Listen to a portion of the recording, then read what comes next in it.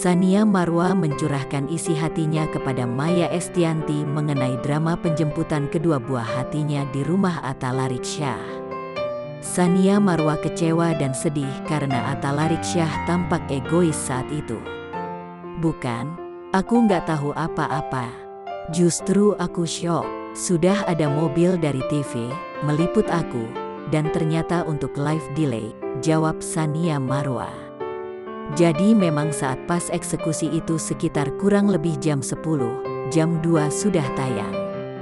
Dan jam kondisi pas tayang itu aku masih ada di rumah tersebut, imbuh Tsania Marwa.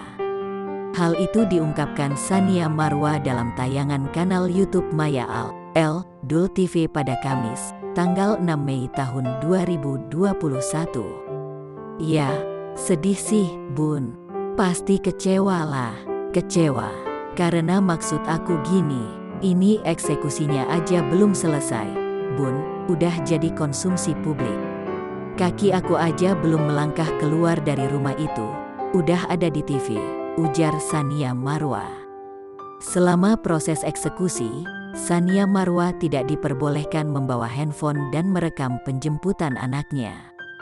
Di lain pihak, dengan adanya media yang meliput di rumah Atta Larikssyah, Tsania Marwa akui tidak ingin suudzon.